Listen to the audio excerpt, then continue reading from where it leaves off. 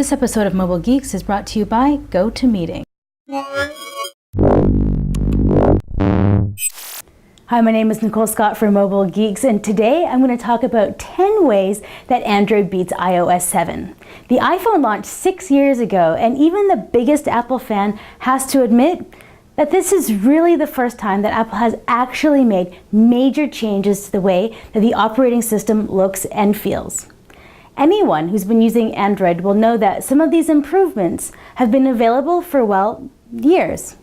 What I'm talking about is the new notification center, quick multitasking, which has been around since Android 4.0, and Wi-Fi direct transfers that first appeared back in 2011.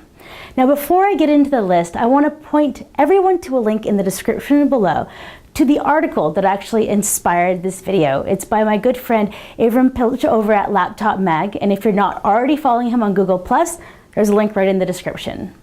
Number 1 is multitasking. Both iOS 7 and Android 4.2 show only one app on the screen at a time. This is the default setting, and with Apple's operating system, well, you don't actually have another option. With Android, however, developers are allowed to create floating apps which can appear on their own in their own window or on top of another primary app. You can even do split screen between two different apps. These multi-window and floating app modes are so popular that Samsung, LG, and Acer have all built them directly into their own versions of Android. Number 2, universal share. No matter what app you're using, Android provides the same share menu no matter what you want to share from whatever tool you're using. It all looks the same.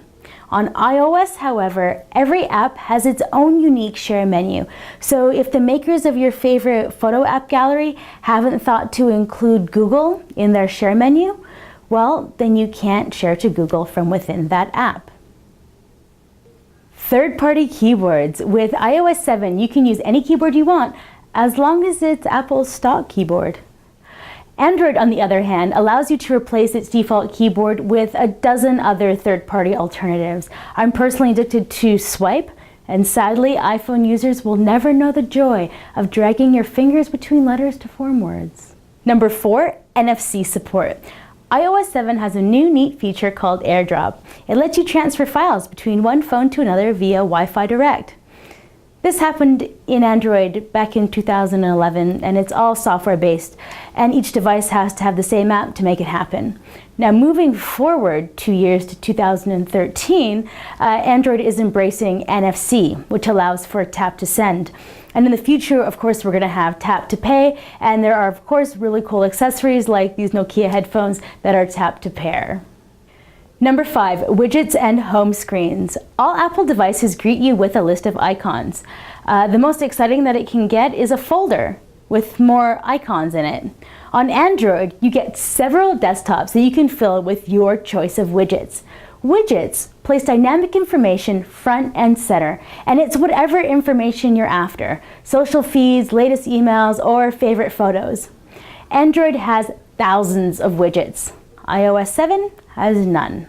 Number 6, working file systems and attachments. Have you ever tried to look around the file system on your iPad or iPhone? Challenging doesn't even begin to describe it. Even something as simple as attaching something to an email can require you to use a share function in another app. Like if you make something in iWorks, you have to share it from that app. On Android, you can attach any type of file you want to your emails, whether you compose them in Gmail or in another third-party app. Number 7, installing non-market apps. Apple's App Store is the ultimate monopoly. Not only is it the only app store that you can purchase software from, but it's the only way that users can install new software. You can jailbreak your device, but there are risks. Android, on the other hand, has at least a dozen other marketplaces, and we don't have an overlord banning apps left, right, and center. Before we get into the final 3 ways of why Android kicks iOS 7 in the butt, why don't we hear from our sponsor? If you spend any time traveling, you'll know how much more you get done when the entire team is working together. If you haven't checked out GoToMeeting with HD Faces, you really should. You can share the same screen and launch or join a meeting from anywhere using your computer, smartphone, or tablet. You can even present from your iPad. I spend a lot of time traveling, so the ability to effectively share information from anywhere in the world is why GoToMeeting is such a powerful tool for presentations and demos to large groups.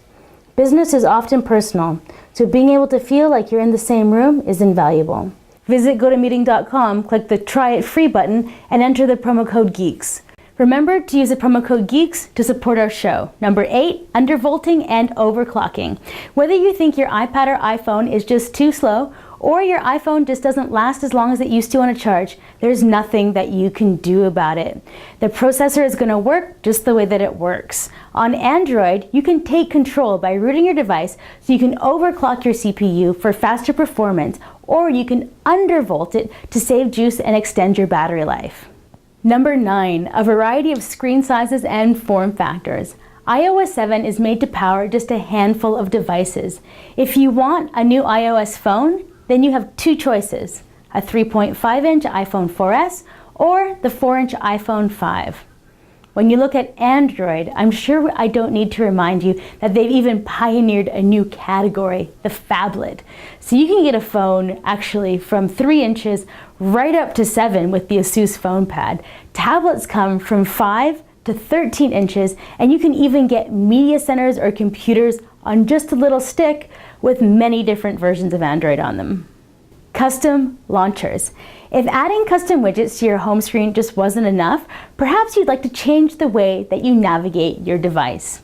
Launchers can control everything from the app drawer to the icon style to the animations that occur when moving between desktops. There are at least a dozen popular third-party launchers. My personal favorite is the Nova launcher. On iOS, you have one way that you can navigate through the home screens and just one look for the default icons. Once again, huge shout out to Avram over at Laptop for writing such an awesome article. If you haven't checked him out on Google+, there's a link down below. And while you're clicking, why don't you, oh, it's over here, why don't you subscribe to this channel and maybe like this video. I'm Nicole Scott from Mobile Geeks.